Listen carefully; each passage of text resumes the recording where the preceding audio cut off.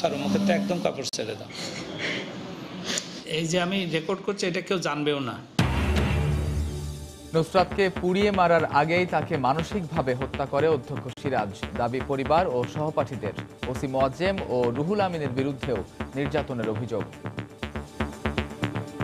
প্রিন্সিপালের রুমে আমাদেরকে সাক্ষী নেওয়ার জন্য যখন ডাকছে, তখন রুহুল আমিন বলতেছে যে ও এটা তো নাটক আগেরটাই। রুহুল আমিন ভাই যদি প্রিন্সিপাল SM সিরাজউদ্দৌলাকে সাপোর্ট যদি না করতো, নিষ্পাপ মুনকাসকে এভাবে ফান দিতে হতো না।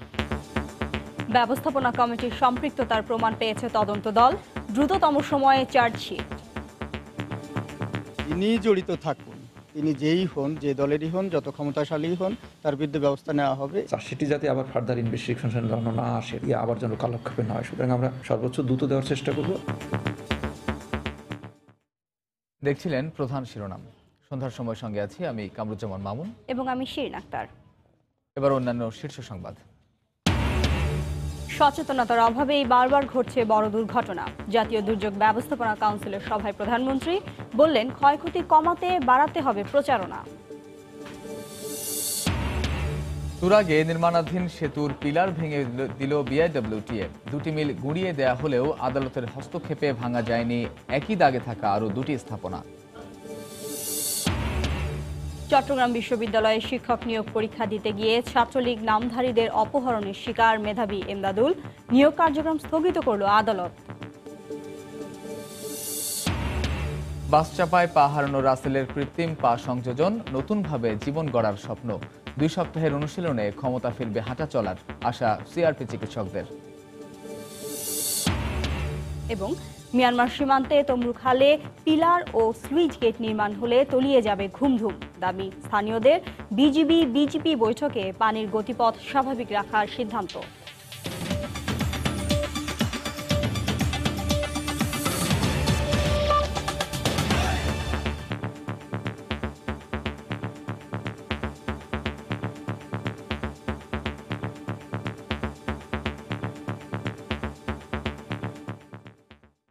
ফেনীর সোনাগাজী ইসলামিয়া ফাজিল মাদ্রাসার ছাত্রী নুসরাত জাহান রাফিকে পুড়িয়ে হত্যার আগেই তাকে মানসিকভাবে মেরে ফেলা হয়েছিল। শুধু তাই নয়, গত 27 মার্চ মাদ্রাসার অধ্যক্ষ সিরাজের বিরুদ্ধে যৌন নিপীড়নের বিচার চাইতে গিয়ে মানসিক নির্যাতনের শিকার হয় নুসরাতের পরিবার ও সহপাঠীরা। সংশ্লিষ্টরা বলছেন, সে সময়ের থানার ওসি মোয়াজ্জেম হোসেন শুধু নুসরাতই নয়, তার 2 বান্ধবীরও ভিডিও ধারণে বাধ্য করে। পরিবারের দাবি, পুলিশ দোষীদের বিরুদ্ধে তাৎক্ষণিক ব্যবস্থা নিলে নুসরাতের এমন বিদায় হতো না। জুলহাস তালুকদারের ক্যামেরায় বখতার মুন্নার রিপোর্ট। গত 27 মার্চ সকালে নুসরাত ক্লাসে বসে সহপাঠীদের সাথে গল্প করছিল। এই সময় মাদ্রাসার পিয়ন নুরুল আমিন এসে অধ্যক্ষ ডাকছে বলে নুসরাতকে জানায়। নুসরাত তার 2 বান্ধবীকে নিয়ে অধ্যক্ষের কক্ষে যায়। অধ্যক্ষ সিরাজ বান্ধবীদের কক্ষের বাইরে বের করে দেয়। বন্ধ কক্ষে আটকানোর 10 মিনিট পর কাঁদতে কাঁদতে বের হয়ে বাড়ি চলে যায় নুসরাত। বিষয়টি তার মা জানার পর স্থানীয় কাউন্সিলর ইয়াসিন ও ছেলে রায়হানকে নিয়ে অধ্যক্ষের কক্ষে যান। এই সময় অধ্যক্ষ সিরাজ তাকে গালমন্দ করে নুসরাতের চরিত্র নিয়ে প্রশ্ন তোলেন। বাদ অনুবাদের এক পর্যায়ে অধ্যক্ষ মাদ্রাসা পরিচালনা কমিটির সহসভাপতি রুহুল আমিনকে ফোন করলে তিনি পুলিশ নিয়ে আসেন। পরিবার ও সহপাঠীদের দাবি, অধ্যক্ষ রুহুল আমিন তাদেরকেও মানসিকভাবে নির্যাতন করেছে। আমরা তো জানি ওনার স্বভাব চরিত্র আগ থেকে অনেক আগ থেকে খারাপ। তো আমরা ওর সাথে গেছিলাম, ও অফিসের ভিতরে গেছে, প্রায় 10 মিনিটের মতো ছিল। 10 মিনিট পরে ও মানে খুব কান্না করে বেরিয়ে গেছে। প্রিন্সিপালের রুমে আমাদেরকে সাক্ষী নেওয়ার জন্য যখন ডাকছে, তখন আমরা গেছি। তখন রুহুল আমিন বলতেছে যে ও এটা তো নাটক আগেরটাই, ঠিক তো, এটি সবকিছু সাজানো। তখন রুহুল আমিন বলতেছে যে থানা নিয়ে যাওয়ার কি দরকার, আমরা এখানে তো এটা বসে শেষ করতে পারি। মাদ্রাসার প্রিন্সিপাল SM সিরাজউদ্দৌলা যখন এভাবে আমার আম্মুর সাথে ছোট ভাইয়ের সাথে যেসব গালিগালাজগুলো করছিল, তখন মাদ্রাসার গভর্নিং বোর্ডের সহসভাপতি উপস্থিত ছিলেন। উনি থাকা অবস্থায় কিভাবে এই ধরনের বিহেভ করতে পারে? এদিকে নুসরাতের ছোট ভাইয়ের দাবি, ব্যবস্থাপনা কমিটি বিচারের দ্রুত পদক্ষেপ নিলে তার বোনের এমন মর্মান্তিক মৃত্যু হতো না। তাৎক্ষণিক যদি মাদ্রাসার গভর্নিং বোর্ডের সহসভাপতি রুহুল আমিন ভাই যদি প্রিন্সিপাল SM সিরাজউদ্দৌলাকে সাপোর্ট যদি না করতো, তাহলে আমার বোনকে আজকে নিষ্পাপ বোনকে আজকে এভাবে ফান দিতে হতো না। ওই দিন দুপুরে নুসরাত, তার মা ও 2 সহপাঠীকে থানা ডেকে নিয়ে যান সাবেক ওসি মোয়াজ্জেম হোসেন। কাপড় ছাড়ো, মুখে তো একদম কাপড় ছেড়ে দাও। এই সময় নুসরাত ও তার দুই সহপাঠী অস্বীকৃতি জানালেও নেকাব খুলে তাদের ভিডিওতে বক্তব্য ধারণে বাধ্য করেন ওসি। এই যে আমি রেকর্ড করছি এটা কেউ জানবেও না, এটা আমার কাছেই থাকবে। থানায় যাওয়ার পর নুসরাত ওখানে ভিডিও করতে কান্নাকাটি করে বলছে সবগুলো, আরেকজনের ভিডিও করছে। ওসি সাহেব ওকেও মুখ খোলার জন্য বলছে, তখন ও মুখ খুলছে, মুখ খুলে সবটা বলছে। আমাকে ডাকার পর যে বলতেছে যে আমি মুখ খোলা, আমি বলতেছি যে না আঙ্কেল এটা এখানে মুখ খোলা যায়, আমি মুখ খুলবো না। ওই দিনের নুসরাতের মায়ের দায়ের করা মামলায় অধ্যক্ষ সিরাজকে গ্রেফতার করা হয়, আর 6 এপ্রিল নুসরাতের শরীরে কেরোসিন তেল ঢেলে আগুন ধরিয়ে দেয়া হয়। দীর্ঘ 5 দিন বাঁচার জন্য লড়াই করে ঢাকা মেডিকেল কলেজে মারা যায় প্রতিবাদের প্রতীক নুসরাত। বখতিয়ার মুন্না, সময় সংবাদ, ফেনী। নুসরাত হত্যাকাণ্ডে সোনাগাজী ইসলামিয়া ফাজিল মাদ্রাসার ব্যবস্থাপনা কমিটির কয়েকজনের জড়িত থাকার প্রমাণ পেয়েছে তদন্ত দল। 2 দিন মাঠ পর্যায়ে তদন্তের পর বিকেলে পুলিশের তদন্ত কমিটির প্রধান ডিআইজি SM রুহুল আমিন সাংবাদিকদের আরও জানান, অভিযুক্ত অধ্যক্ষের বিরুদ্ধে ব্যবস্থাপনা কমিটি যথাযথ পদক্ষেপ না নেয় নুসরাত হত্যার ঘটনা ঘটেছে। গ্রেফতার করেছে, তার ভিতর গভর্নিং বডির সদস্য আছে, কাউন্সিলর এবং গভর্নিং বডির সদস্য এরকমও আছে। কাজেই যাদের ইনভলভমেন্ট পাওয়া যাচ্ছে যেই হন তিনি, এবং এটা অব্যাহত থাকবে, আমি এটা নিশ্চিত বলতে পারি। ওনার ত্রুটি বিচ্যুতি কিছু ছিল বলেই প্রতীয়মান হচ্ছে। আমাদের অনুসন্ধান শেষে ওনার ত্রুটি বিচ্যুতি যা কিছু পাওয়া যাবে সবকিছুই আমাদের আওতায় আসবে। এদিকে পিবিআই মহাপরিচালক বনজ কুমার মজুমদার জানিয়েছেন, নুসরাত হত্যাকাণ্ডে সোনাগাজী উপজেলা আওয়ামী লীগ সভাপতি রুহুল আমিনের সংশ্লিষ্টতার বিষয়ে তদন্ত চলছে। জড়িত থাকার প্রমাণ পাওয়া গেলে অবশ্যই আইনের আওতায় আনা হবে। দ্রুত ও যৌক্তিক সময়ের মধ্যে মামলার চার্জশিট দেওয়ার চেষ্টা চলছে বলেও জানান তিনি। এদিকে নুসরাত হত্যা মামলার আসামি সহপাঠী শামীমকে 5 দিনের রিমান্ড দিয়েছেন আদালত। হত্যায় জড়িতদের শাস্তি দাবিতে বিভিন্ন স্থানে মানববন্ধন ও বিক্ষোভ অব্যাহত আছে। খান মোহাম্মদ রুমেলের রিপোর্ট। ফেনীর সোনাগাজীর মাদ্রাসা শিক্ষার্থী নুসরাত রাফি হত্যার পর থেকে বারবারই সামনে এসেছে সোনাগাজী উপজেলা আওয়ামী লীগের সভাপতি এবং মাদ্রাসার পরিচালনা পর্ষদের সহসভাপতি রুহুল আমিনের নাম। নুসরাতের শরীরে আগুন দেওয়ার ঘটনাকে আত্মহত্যা বলে প্রচার করতে স্থানীয় সাংবাদিকদের প্রলোভন দেখানো, নুসরাতের পক্ষে মানববন্ধন করতে চাইলে তাতে বাধা দেয়া সহ নানা অভিযোগ তার বিরুদ্ধে। পিবিআই সূত্র বলছে, এখন পর্যন্ত 164 ধারায় জবানবন্দি দেয়া একাধিক আসামির বক্তব্যে রুহুল আমিনের সংশ্লিষ্টতার বিষয়টি উঠে এসেছে। পিবিআই প্রধান বলছেন, সব তথ্য বিশ্লেষণ করে তার সংশ্লিষ্টতা পাওয়া গেলে অবশ্যই আইনের আওতায় আনা হবে। এখন পর্যন্ত তার নাম যেটুকু পেয়েছি সেটুকে আমরা এখন পর্যন্ত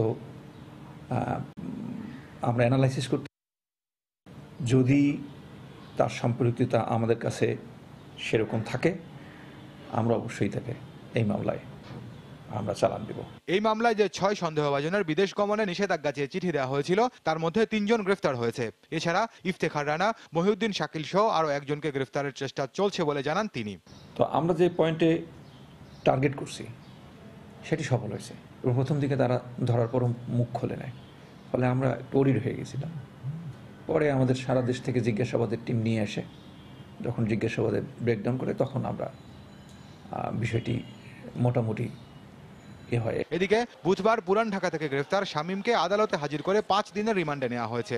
স্বীকারোক্তিমূলক জবানবন্দি দিয়েছে শরীফ নামে আরও এক আসামি। এই প্রেক্ষাপটে দ্রুত চার্জশিট দেওয়ার চেষ্টা চলছে বলে জানান তিনি। চার্জশিট দিলেই যে বিচার কার্য শুরু হবে সেটি না, আদালত যদি ডকেটটিতে সন্তুষ্ট হয় তাহলেই তারা ডকেটটি অ্যাকসেপ্ট করবেন, নাহলে আবার ফার্দার ইনভেস্টিগেশনের জন্য পাঠায় দিতে। চার্জশিটটি যাতে আবার ফার্দার ইনভেস্টিগেশনের জন্য না আসে, তাহলে আবার যেন দ্রুত করতে গিয়ে আবার যেন কালক্ষেপে না হয়। সুতরাং আমরা সর্বোচ্চ দ্রুত দেওয়ার চেষ্টা করব। আমরা দ্রুত সময়টাকে বলছি একটা যৌক্তিক সময়।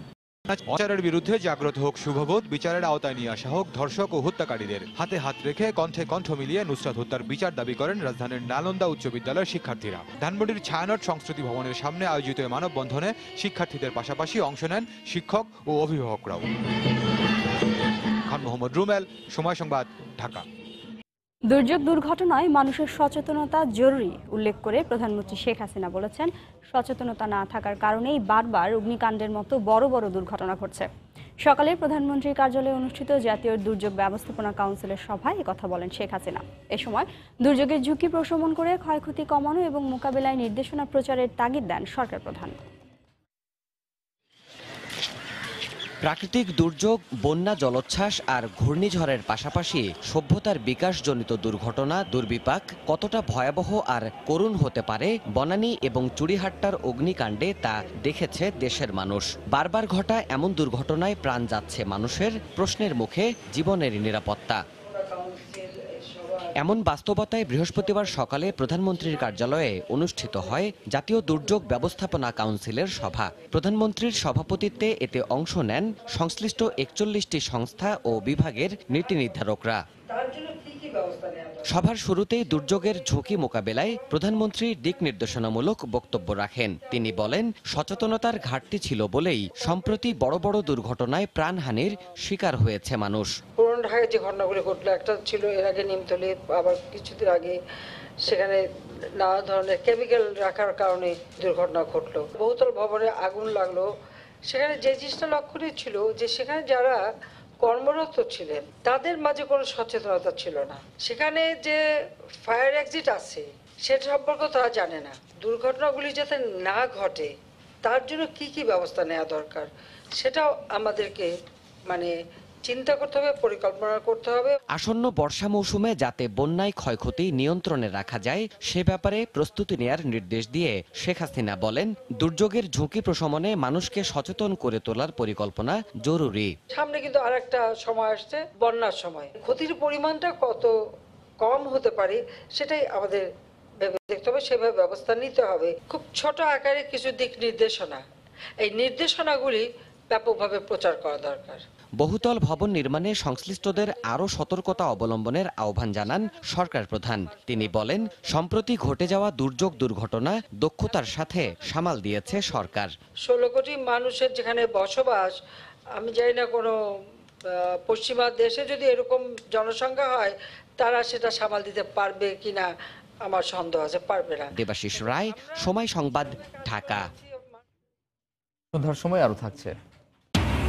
রমজান সামনে রেখে রাজধানীর মিরপুরে বেশ কয়েকটি ফলের দোকানে বিএসটিআই এর অভিযান, একটিতেও মেলেনি ক্ষতিকারক উপাদান। অব্যাহত অভিযানই কারণ বলছে বিএসটিআই।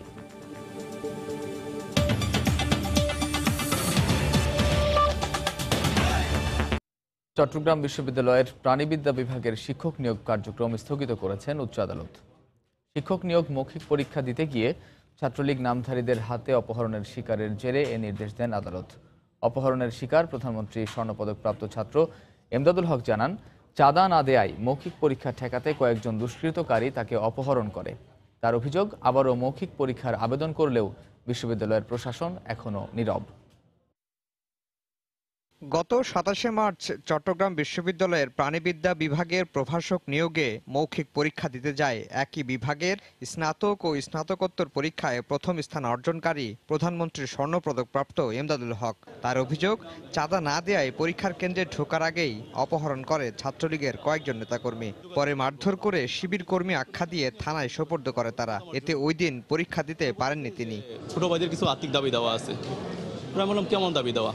তো আমি ইন্টারভিউ বোর্ডটা শেষ করে আসি, তো ঠিক আছে তোমাদের নাস্তা করাই দেবো। ঢাকায় নিয়ে গেছে ওই আর্টস ফ্যাকাল্টির পাশে, যে ল্যাকের পাশে যে রাস্তাটা, ওই জায়গা। ওরা হচ্ছে যে আমার ডিপার্টমেন্টের 6 জন আর বাহিরের হচ্ছে 1 জন। কোনো সংগঠনের সাথে এরা আসলে ছাত্রলীগ নামধারী। মূলত আমি মনে করি এরা ছাত্রলীগের ভিতরে অনুপ্রবেশকারী এবং দুষ্কৃতিকারী, চাঁদাবাজ। বিশ্ববিদ্যালয় প্রশাসনকে জানানোর পরও কোনো পদক্ষেপ না নিয়ে নিয়োগ চূড়ান্ত করার তোড়জোড় করায় উচ্চ আদালতের দ্বারস্থ হন এমদাদুল। শুনানি শেষে বৃহস্পতিবার ওই বিভাগের নিয়োগ পরীক্ষা স্থগিত করেন আদালত। তাকে পুনরায় পরীক্ষায় অংশগ্রহণ করতে দেওয়ার সুযোগ চেয়েছিলেন, সেই বিষয়ে তারা সিদ্ধান্ত প্রদান করবেন পরবর্তী 2 সপ্তাহ, এই আদেশ প্রাপ্তির পরবর্তী 2 সপ্তাহের মধ্যে। আমাদের বিশ্ববিদ্যালয়গুলো দেখা যাচ্ছে স্কলারদেরকে ধারণ না করে তাদেরকে বরঞ্চ বিশ্ববিদ্যালয়ে কিভাবে না নেওয়া যায় সেই চেষ্টা করছেন, যেটা আসলে মাননীয় প্রধানমন্ত্রী এবং এই সরকারের যে প্রকল্প সেটার সাথে আসলে সাংঘর্ষিক। চট্টগ্রাম বিশ্ববিদ্যালয়ের ভিসি জানান, এই ঘটনায় গঠিত তদন্ত কমিটির রিপোর্ট পেলেই জড়িতদের বিরুদ্ধে ব্যবস্থা নেওয়া হবে। পূর্ণাঙ্গ তদন্ত না হওয়া পর্যন্ত আমি কিছুই বলতে পারবো না, এবং তারা পূর্ণাঙ্গ তদন্ত করে যে সুপারিশ তারা করবে সেই সুপারিশটা আমরা বাস্তবায়ন করব। অপহরণ এবং মৌখিক পরীক্ষায় বাধা দেওয়ার বিষয়টি তদন্তে বর্তমানে বিশ্ববিদ্যালয়ের একটি কমিটি এবং police bureau of investigation PBI কাজ করছে। আফজাল হোসেন, সময় সংবাদ, ঢাকা।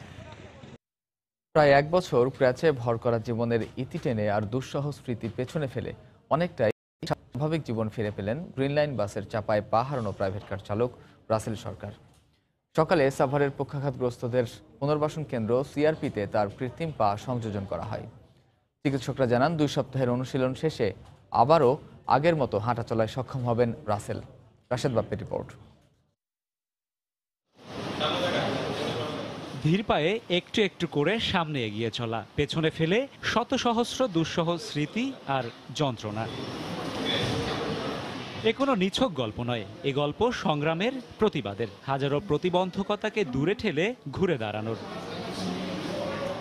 বৃহস্পতিবার সকালে সাভারের সিআরপিতে রাসেল সরকারের বা পায়ে কৃত্রিম পা সংযোজন করা হয়। সিআরপি থেকে বিনামূল্যে পাওয়া এই পা রাসেলকে শুধু একটি অঙ্গই ফিরিয়ে দিল না, মুক্তি দিল দীর্ঘদিনের ক্র্যাচে ভর করা জীবন থেকে। লাঠিটা নিয়ে আমি কখনো বের হতে ইচ্ছা করতো না, আমার ভিতর থেকে কান্না চলে আসতো। আমি আমার কষ্টটা কাউকে প্রকাশ করতে পারতাম না। আমি এই গত 1 বছর আমি রুমের ভিতরেই ছিলাম। হোক কৃত্রিম, তবু নির্ভরতার কমতি নেই এতটুকু। নতুন পায়ে নতুন জীবনের স্বপ্ন আঁকছেন রাসেল। ছেলে আমার সব সময় চাইতো আমি বাবার কোলে উঠবো, কারণ এই ছোট বাচ্চারা তো চায় বাবার কোলে উঠুক, বাবা মার কোলে উঠে একটু ঘুরুক হাঁটুক, এটা চাই, কিন্তু আমি সেটা পারি না। এখন আশা করছি এই পা দিয়ে আমার ছেলে নিয়ে আমি চলাফেরা করতে পারবো ইনশাল্লাহ। সেদিনের দুঃসহ স্মৃতি আজও তাড়া করে রাসেলকে। নিজে চালক, তবু চালকদের আরও বেশি দায়িত্বশীল ও মানবিক হওয়ার পরামর্শ তার। সবাই যেন সৎভাবে গাড়ি চালায়, কোনো খারাপ মস্তিষ্ক নিয়ে ড্রাইভিং সিটে না বসে। রাসেলকে স্বাভাবিক জীবন ফিরিয়ে দিতে উচ্ছ্বাসের কমতি নেই চিকিৎসকদেরও। একটা পেশেন্ট পা কেটে আসলো, আমরা পা লাগাই দিলাম, সে হাঁটা শুরু করলো। সো আমাদের স্যাটিসফ্যাকশন লেভেলটা রিয়েলি হাই। এই সেবাটা আমাদের দেশে অত্যন্ত কম। 1 হচ্ছে মানুষজন জানে না, 2 হচ্ছে প্রফেশনাল নাই, 3 হচ্ছে যে এরকম ধরনের ইন্টিগ্রেটেড কেন্দ্র নাই, যার ফলে মানুষজন সেবাটা থেকে এখনো বঞ্চিত রয়ে যাচ্ছে। গত বছরের 28 এপ্রিল গ্রিন লাইন পরিবহনের একটি বাসের চাপায় পা হারান রাসেল সরকার। পাবিহীন একটি বছরের দুঃসহ স্মৃতি পেছনে ফেলে ফের ঘুরে দাঁড়ানোর চেষ্টা করছেন রাসেল। চেষ্টা করছেন নতুন করে স্বপ্ন বুনতে। তবে প্রতি বছর সড়ক দুর্ঘটনায় যে সংখ্যক মানুষের অঙ্গহানি ঘটে, তাদের কজনেরই ভাগ্যে জোটে এমন সুযোগ। সাভারের সিআরপি থেকে রাশেদ বাপ্পি, সময় সংবাদ। সন্ধ্যার সময় আরো থাকছে। ভারতে লোকসভা নির্বাচনের দ্বিতীয় দফার ভোটে পশ্চিমবঙ্গের 3 আসনে সহিংসতা, আহত বেশ কয়েকজন, ভোট ডাকাতির পাল্টাপাল্টি অভিযোগ বিজেপি তৃণমূলের।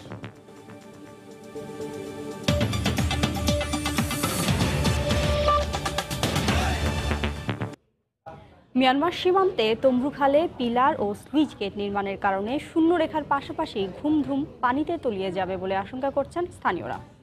বিজিবি ও বিজেপির মধ্যে পতাকা বৈঠকে স্থাপনা নির্মাণের পরও দুদেশের পানির গতিপথ স্বাভাবিক রাখার সিদ্ধান্ত হলেও স্লুইস গেট পরিচালনার দায়িত্ব নিয়ে বিজেপির কাছে লিখিত চেয়েছে বিজিবি। সুজাউদ্দিন রুবেলের তথ্য, মোহাম্মদ ফরাজের ছবি নিয়ে রিপোর্ট। বাংলাদেশ মিয়ানমার সীমান্তের তমরু খাল দিয়ে 2 দেশের পানি প্রবাহিত হয়, কিন্তু হঠাৎ করে চোরাচালান ও সন্ত্রাসী অনুপ্রবেশের দোহাই দিয়ে এই খালের ওপর পিলার নির্মাণ শুরু করে মিয়ানমার, যা 2 দেশের পানি প্রবাহকে বাধাগ্রস্ত করবে।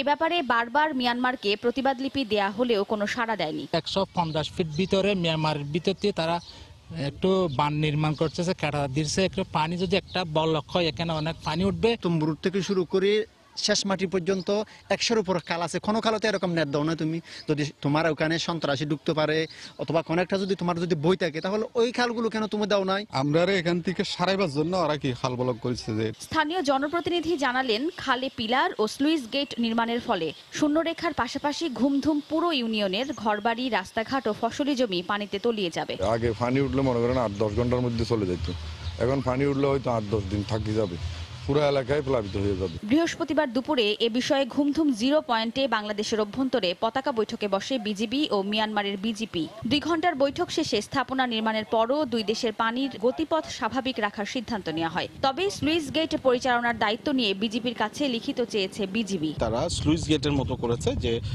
যখন পানির ফ্লো বেড়ে যাবে তখন বেড়াটা তারা উপর দিকে তুলে দিতে পারবে, খুলে দিতে পারবে। কনস্ট্রাকশনটা কমপ্লিট হওয়ার পর তারা সম্পূর্ণ কনস্ট্রাকশনের এক্সপ্লেনেশনটা, ব্যাখ্যাটা এবং কারা এটা রেসপন্সিবল থাকবে এটা খোলার জন্য এবং কিভাবে তারা এটা অপারেট করবে সে ব্যাপারে তারা বিস্তারিত আমাদেরকে জানাবে। 2017 সালের 25 আগস্টের পর থেকে বাংলাদেশ মিয়ানমার সীমান্তের তমরুর 0 পয়েন্টে অবস্থান করছে 4500 রোহিঙ্গা, আর ঘুমধুমে বসবাস করছে স্থানীয় 10,000-এর অধিক মানুষ। সময় সংবাদ, কক্সবাজার। ঢাকার চারপাশের নদী দখলমুক্ত করার চলমান অভিযানের ৩০তম দিনে তুরাগের টঙ্গী অংশে একটি স্পিনিং ও একটি কম্পোজিট মিল উচ্ছেদ করেছে বিআরডব্লিউটিএ। তবে উচ্চ আদালতের স্থগিতাদেশের কারণে ভাঙা যায়নি একই দাগে থাকা আরও দুটি স্থাপনা। এদিন অপসারণ করা হয় সড়ক ও জনপথ বিভাগের নির্মাণাধীন সেতুও। তবে বৈধ দাবি করে নদী তীরে নির্মিত চায়না মালিকানাধীন একটি কারখানা উচ্ছেদ করেনি বিআরডব্লিউটিএ। প্রায় ২ একর তুরাগের জায়গা দখল করে টঙ্গীর মাসিমপুরে গড়া হয়েছে আনন্দ গ্রুপের মালিকানাধীন জেরিনা স্পিনিং ও জেরিনা কম্পোজিট মিল, যা বৃহস্পতিবার সকালে গুড়িয়ে দেয় BIWTA.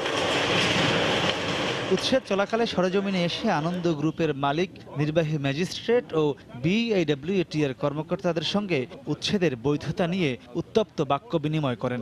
What is your reply? I said you resign or you make my PP right in the river. আমি আমার বাড়ি করছি। আনন্দ গ্রুপের দুটি মিলের স্থাপনা উচ্ছেদ করলেও উচ্চ আদালতের স্থগিতাদেশ থাকায় একই দাগে গ্রুপের মালিকের বিলাসবহুল বাড়ি ও হামিম গ্রুপের দখল করা বিশাল এলাকার স্থাপনা উচ্ছেদ করতে পারেনি বিআইডব্লিউটিএ। আনন্দ শিপইয়ার্ড স্বত্বাধিকারী, ওনার থাকার জায়গায় একটি বেশ প্রাসাদের মতো বাড়ি আছে, সেটি আরেকটি শিল্প স্থাপনা যেটি হামিম গ্রুপের। তো আমাদের হিসাব মতে বা ঢাকা পোর্টের যে বর্ণনা মতে সেই দুরস্থাপনায় নদীর অংশবিশেষ দখল করেছে। পরে বিকেলে অনুমোদন না নিয়ে কামারপাড়ায় তুরাগ নদের উপর সড়ক ও জনপথ বিভাগের নির্মাণাধীন আশুলিয়া টঙ্গী সংযোগ সেতুটি অপসারণ করে বিআইডব্লিউটিএ। নদ নদীর উপরে যে কোনো জায়গায় ব্রিজ না বানাতে হলে বিআইডব্লিউটি এর পূর্ব অনুমতি লাগে। উচ্ছেদের পাশাপাশি নিলামের মাধ্যমে এদিন প্রায় 1.25 কোটি টাকার জব্দ করা বালু ও পাথর বিক্রি করেছে সংস্থাটি। মাহমুদ রাকিব, সময় সংবাদ, ঢাকা। রমজান সামনে রেখে রাজধানীর বেশ কয়েকটি ফলের দোকানে অভিযান চালিয়ে ফরমালিনের কোনো অস্তিত্ব পায়নি বিএসটিআই। মেলেনি ক্ষতিকারক উপাদান। নিয়মিত অভিযানের কারণে এটি সম্ভব হয়েছে বলে জানান ম্যাজিস্ট্রেট। রাজধানীর মিরপুরে সকাল 11টায় শুরু হয় অভিযান। এ সময় বিএসটিআইয়ের সদস্যরা বিভিন্ন দোকান থেকে নানা ধরনের ফলের নমুনা সংগ্রহ করে ভ্রাম্যমাণ পরীক্ষাগারে পরীক্ষা করেন। এই অভিযানকে স্বাগত জানিয়ে ব্যবসায়ীরা বলেন, শুধু রমজান মাস নয়, প্রয়োজনে সারা বছর চলবে অভিযান। আর বিএসটিআই বলছে, রোজার মাস জুড়ে অব্যাহত থাকবে এ কার্যক্রম।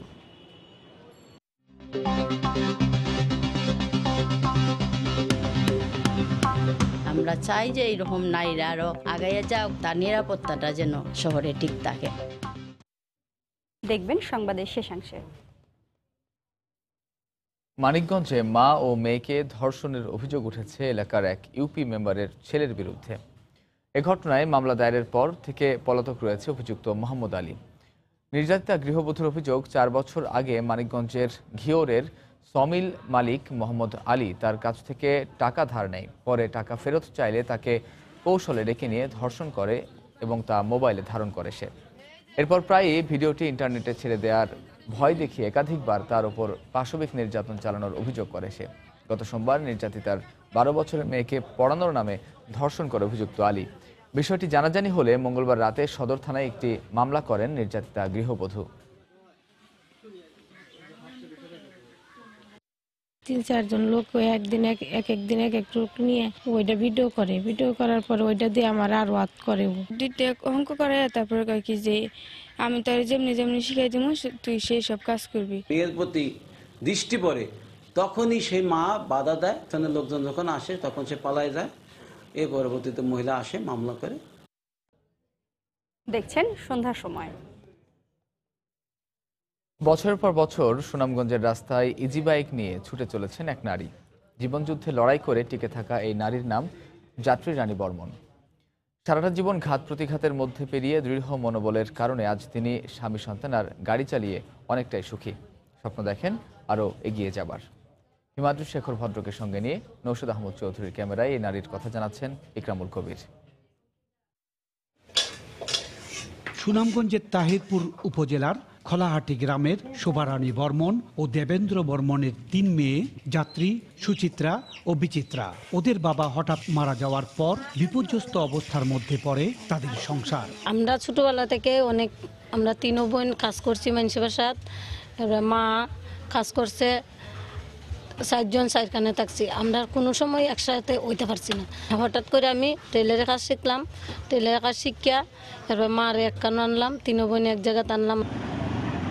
এক সময় সুখের আশায় যাত্রী বিয়ে করেন রিকশা চালক হৃদয়কে, কিন্তু কাজের প্রতি স্বামীর অনীহার কারণে অভাব অনটন যায়নি যাত্রীর সংসারে। শেষে নিজেই বসেন কিস্তিতে কেনা ইজি বাইকের চালকের। অটো একটা ভাড়া কিস্তিতে লইলাম, কিস্তিতে লইয়া এরপরে আমার স্বামীরে দিলাম। সে একদিন চালাইলে একদিন চালায় না, কাজিয়া ঝগড়া অনেক বেশি হয়, তখন খুব খারাপ লাগে। তখন আমি চিন্তা করলাম আমি বুধ অটো চালানি শিখলে আমার নিজের কিস্তি নিজেই চালাইতে পারবো। তাদের লক্ষ্য 2 মেয়ে ও 1 ছেলের সুন্দর ভবিষ্যৎ। স্বামী স্ত্রী মিলে চলতে পারি, আর সংসারে যদি 2-1টা যদি সঞ্চয় থাকে তে ফুলাফরিটারও মানুষ করান যাইব।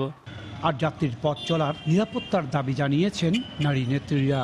আমরা চাই যে এইরকম নারীরা আরও আগাইয়া যাক, এটাই আমরা প্রত্যাশা করি যে তার নিরাপত্তাটা যেন শহরে ঠিক থাকে আর কি। অন্যদিকে জেলা প্রশাসক যাত্রীকে সব ধরনের সহযোগিতা প্রদানের আশ্বাস দিলেন। আমরা সংশ্লিষ্ট ব্যাংক কর্তৃপক্ষের সাথে সরাসরি যোগাযোগ করে তাদের সেই ধরনের জনবান্ধব কর্মসূচির মাধ্যমে তাদেরকে সেদিকে আমরা নেওয়ার ক্ষেত্রে প্রচেষ্টা গ্রহণ করব।